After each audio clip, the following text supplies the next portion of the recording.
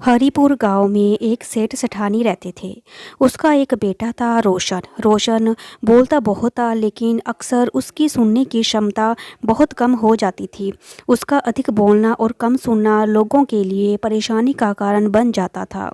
एक बार उसके पिता कुछ काम से बाहर चले गए और माँ भी उसे सोता हुआ देखकर घर से बाहर चली गई। पीछे से रोशन उठकर आंगन में आ गया और तभी दूसरे गांव से एक आदमी उसके पिता को ढूंढते हुए उससे मिलने आ गया। आदमी, ओ बेटा, अपने बापू से कह दो कि कोई मिलने आया है। मुझे उनसे बहुत ज़रूरी बात करनी है। तुम्हारे और हमारे गांव के बीच में जो बाढ़ है ना, उससे भूतों की आवाज़ आती है। ये भूत आते जाते लोगों को लूट रहे हैं। बहुत डर का माहौल बन चुका है। कल को किसी की जान चली गई तो मुसीबत खड़ी हो जाएगी। रोशन, क्या कहा आपने? थोड़ा तेज बोलो। आदमी, अरे पूरी राम कहानी सुना दी और अब कह रहा है कि थोड़ा तेज बोलो। और चल, अपने बाप से कह चरण सिंह मिलने आया है। रोशन, क्या कहा? मरण? अरे काका, सुबह सुबह किसका मरण हो गया? कौन परलोक सिधार गया? आजकल क्या हो रहा है? कुछ समझ में नहीं आता। चरण सिंह, अरे बेटा सुन। रोशन, अरे काका आप सुनिए। वो सामने वाली बूढ़ी काकी है ना, सब लोग उसे बुढ़िया बुढ़िया कहते हैं, लेकिन मैं नहीं बोलता। बहुत आदर करता हूँ बड़ों का। उसके बेटा बहू वहीं पास के गांव में रहते हैं। काकी खूब तंदुरुस्त थी। किसी ने ना सोचा कि वो ऐसे। चरण सिंह, ऐसे क्या? रोशन, ऐसे मतलब दोपहर का खाना खाकर काकी आराम से लेटी हुई थी तो बस लेटी ही रह गई। मरने वक्त कोई अपना पास में हो तो कौन गंगा जल डाले। चरण सिंह, ये अच्छा नहीं हुआ। राम राम। रोशन, काका आपको पता है ना, गंगा जल के बिना मुक्ति नहीं मिलती। आदमी नरक झेलता है। नरक सुना है ना, नरक में कोड़े पड़ते हैं और कुछ हो ना हो आदमी का मरण अच्छा होना चाहिए। चरण सिंह, अरे बेटा, स्वर्ग नरक कुछ नहीं होता, सब इंसान के कर्मों का फल होता है। रोशन, अरे काका आप बहुत धीरे बोलते हो, लगता है बुढ़ापे में आवाज़ का जोर कम हो गया है, थोड़ा तेज बोलो। चरण सिंह, बेटा मैं कह रहा हूँ कर्म। रोशन, क्या कहा काका? भ्रम? मुझे कोई भ्रम नहीं है। पूरा गांव भ्रम में पड़ा हुआ है। कोई भी अपने दम पर कुछ नहीं कर रहा, पर मैं ऐसा ना करूं। बापू के नाम की लाज रखूंगा और मैंने मजाल है कोई आदमी मेरे सामने खड़ा हो जाए, सब मुझे हाथ जोड़कर प्रणाम करे हैं। चरण सिंह, बापू, तू अपने बापू को बुलाएगा कि नहीं? रोशन, अरे काका कुछ भी समझ नहीं आ रहा, थोड़ा तेज बोलो। चरण सिंह, अरे अब क्या मैं लाउड स्पीकर लगा लूं अपने मुंह में? रोशन, बहन किसकी? किसकी बहन? चरण सिंह, अरे बेटा मुझे समझ में नहीं आ रहा, तू सच में इतना बाबला है कि इतना भोला है? रोशन, गोला खाने वाला गोला? अरे वाह काका, इतनी गर्मी में गोले का ही सहारा है। ठंडी ठंडी बर्फ में मीठा रंग डालकर मज़ा ही आ जाता है। क्या बात हो गई आज? गोले वाला नहीं आया? तभी गोले वाला सामने से एक ठेली लाता हुआ दिखाई दिया। रोशन, हाँ भाई, फटाफट तू ठंडे ठंडे 2 गोले बना दे। गोले वाला, अरे भैया आप भी ना सुबह सुबह मजाक कर रहे हो, गोला तो ठंडा ही होता है। और रोशन, तुम गंदा किसको कह रहे हो? तुम होंगे गंदे, मैं तो एकदम पवित्र हूँ ना। गोले वाला, अरे मैं तो भूल ही गया कि वो ये तो बहरा है, जब तक इसकी कनपटी पर पड़ते नहीं तब तक ढंग से सुनाई नहीं देता।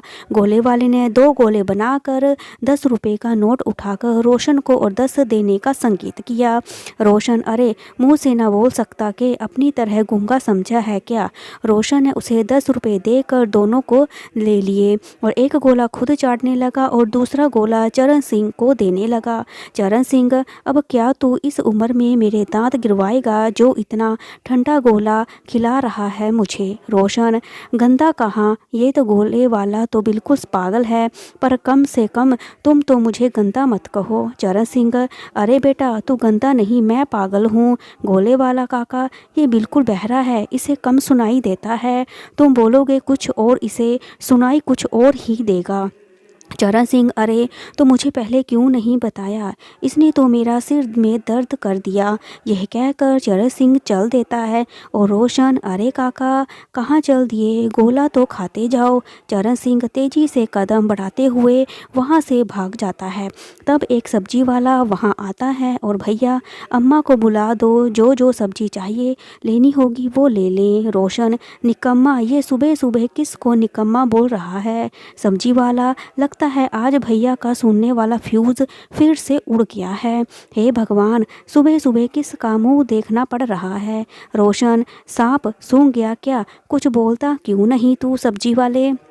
सब्जी वाला मन में, अब क्या कहूँ, अगर बिना सब्जी दिए यूं ही चला गया तो अम्मा बुरा मान जाएंगी। चलो फिर से अपनी बात समझाने की इसे कोशिश करता हूँ। सब्जी वाला, निकम्मा नहीं भैया, अम्मा अम्मा अम्मा को बुला दो। रोशन, नन्ना कौन, ओ सामने वाला नन्ना। ओहो, सब समझ, तुम नन्ना को निकम्मा कह रहे हो। सच बताओ मुझे, वो तो फूटी आँख नहीं सुहाता मुझे, पूरा दिन खाट पर पड़ा रहता है। निकम्मा कहीं का, बस दो ही काम है उसके, एक तो बैल की तरह चढ़ना और दूसरा कुंभकर्ण की तरह घराटे भरना। तुम किसी से कहना नहीं, उसके घराटे की आवाज़ यहाँ तक आती है, उसके घराटे की आवाज़ सुनकर मेरे कान फट जाते हैं। सब्जी वाला, तुम्हारे कान तो वैसे ही फटे हुए हैं, कोई आवाज़ ठीक से समझ आती भी है तुम्हें कि नहीं। रोशन, देखो अभी तक उसके घराटे मेरे कानों में गूंज रहे हैं। मेरे बापू कहते हैं कुछ सीख नन्हे से, तू ही समझा मैं क्या सीखूं उससे, खाना और सोना। ऐसे तो मैं थोड़े दिनों बाद मोटा और पेट लेकर घूमूंगा ना भाई ना। मैंने तो बापू से साफ कह दिया कि इस नन्हे जैसा तो मैं 7 जन्म तक नहीं बनूंगा। सब्जी वाला बेचारा उसे देखता रहा। रोशन, अरे माफ़ करना भैया, मैं अपनी लेकर बैठ गया। तुम क्या कह रहे थे भाई। सब्जी वाला, भैया अम्मा है घर पर या नहीं। रोशन, देख फिर नन्ना, मैंने कहा ना उसे तू मेरे ऊपर छोड़ दे, सब उसने सब की नाक में दम कर रखा है। मैं समझता हूँ तुम्हारी परेशानी, देखो तुम्हारे पास तो अभी काम है, तुम अपने काम को संभालो, नन्ना को तो मैं देख लूँगा। तभी नन्ना की माँ बाहर आकर पौधों को पानी देने लगती है। सब्जी वाला मन में, लगता है इसकी अम्मा घर पर नहीं है, जो नुकसान होगा भोला देख लूँगा, पर यहाँ पर और खड़ा रहा तो मैं पागल हो जाऊँगा। सब्जी वाले ने हाँ में सिर हिलाया और दोनों हाथ जोड़कर अपनी ठेली लेकर वहाँ से चला गया।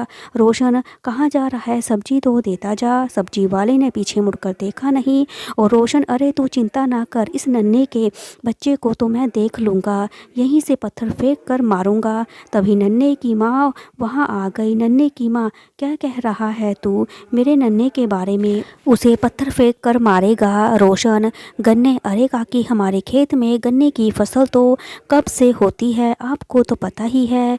नन्हे की माँ, अरे तेरे कान में आज फिर से हड़ताल हो गई, इसका मतलब आज तक तू ठीक नहीं होगा और सबसे बारे में उल्टा सीधा बोलेगा। रोशन, क्या बड़बड़ा रही हो काकी, थोड़ा तेज बोलो, और हाँ हमारी खेतों को नज़र मत लगाना, बता दे रहे हैं। हाँ, और नन्हे की माँ, ये तेरी अम्मा भी ना, जब भी किसी को तंग करना होता है तो तेरे कान का फ्यूज उड़ा देती है, फिर कर लो तेरा सामना। तभी रोशन की माँ सरला वहाँ आ गई। नन्हे की माँ, अरे सरला आ गई तू, तेरा लाल बोल बोल कर सबको पागल कर देता है, इसे ठीक करके क्यों नहीं गई। सरला, इसे तो मैं सोता हुआ छोड़ गई थी दीदी, और इसके पापा तो बाहर गए हुए हैं और मैं तो बस आ ही रही हूँ। सरला, रोशन से तो बाहर क्यों आया। नन्हे की माँ, तेरे आने तक तो इसने आधी दुनिया को पागल कर दिया, हिम्मत तो देखो इसकी, सब्जी वाले से मेरे नन्हे को पत्थर मार कर कहने की बात कर रहा था और मैं ही ना इसके कान पर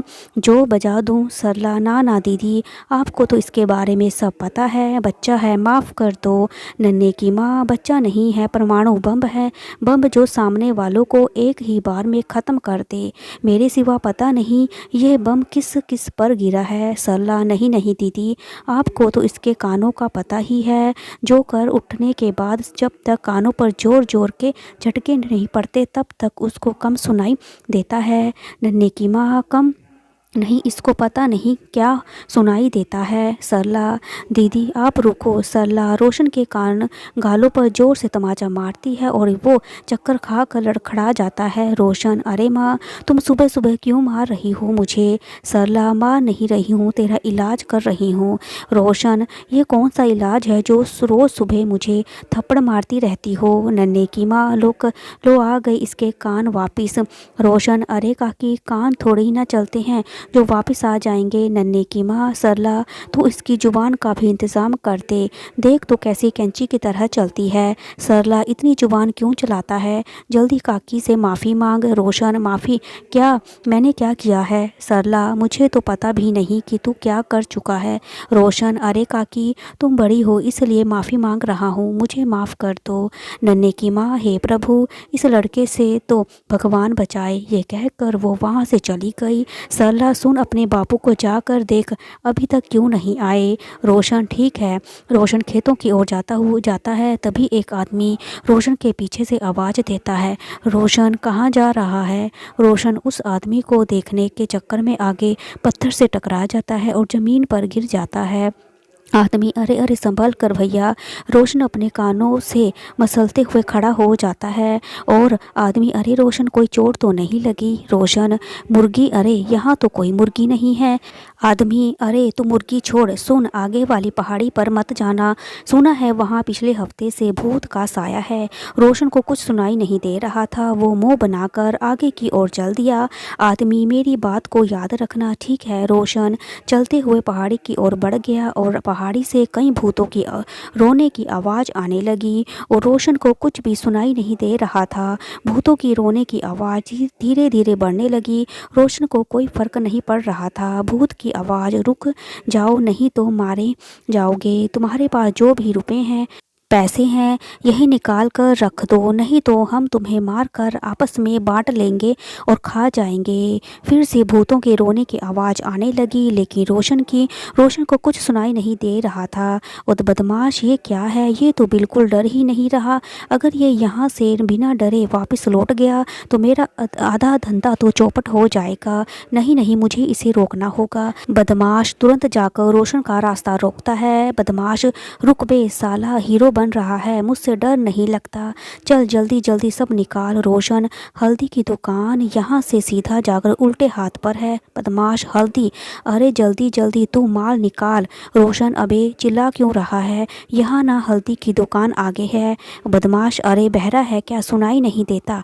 बदमाश ने जोर से रोशन के गालों पर दोनों थप्पड़ जड़ दिए और रोशन सुनने लगा। रोशन अरे मुझे मारा कैसे? बदमाश अरे तुझे सब सुनाई देता है और भूत से नहीं डरता, मार से नहीं डरता, चल अब जो भी तेरे पास जल्दी से निकाल दे। और जैसे ही बदमाश रोशन को मारने बढ़ा, रोशन ने जोर से धक्का दे दिया और बदमाश नीचे जमीन पर गिर गया। तभी वो आदमी जो रोशन को खेतों पर मिला था कुछ गांव के आदमियों को लेकर वहां आ गया। सभी ने मिलकर उस बदमाश को खूब पीटा। रोशन अब चल बता सबको अपने खेतों के भूत की कहानी। बदमाश ने रोते हुए बता दिया, और हम लोग ही इस रास्ते पर भूत बनकर लोगों को लूटा करते हैं, यहाँ कोई भूत नहीं है। बदमाश बोल रहा है और उसमें से एक आदमी कहता है, वाह रोशन तूने तो आज झूठ से पर्दा उठा दिया, जाने कब से ये हमें लूटते आ रहे हैं। अगर हमें सच्चाई का पता नहीं चलता तो ये आगे भी इसी तरह लूटते रहते। दूसरा आदमी, हाँ भाई रोशन तूने हम सबको इससे बचाया है। फिर सब मिलकर उस बदमाश को पुलिस स्टेशन ले जाते हैं और आदमी, माननीय दरोगा जी इस बदमाश को भूत के दर्शन कराओ। दरोगा आप सब चिंता मत करो, इसे हम अच्छे से ठीक करेंगे। और इस तरह रोशन की बुराई गांव वालों के लिए अच्छाई साबित हुई। सारे गांव वालों की नज़र में रोशन हीरो बन गया। अगर आपको मेरी कहानी अच्छी लगी तो लाइक करें, शेयर करें, सब्सक्राइब करें। Thank you so much.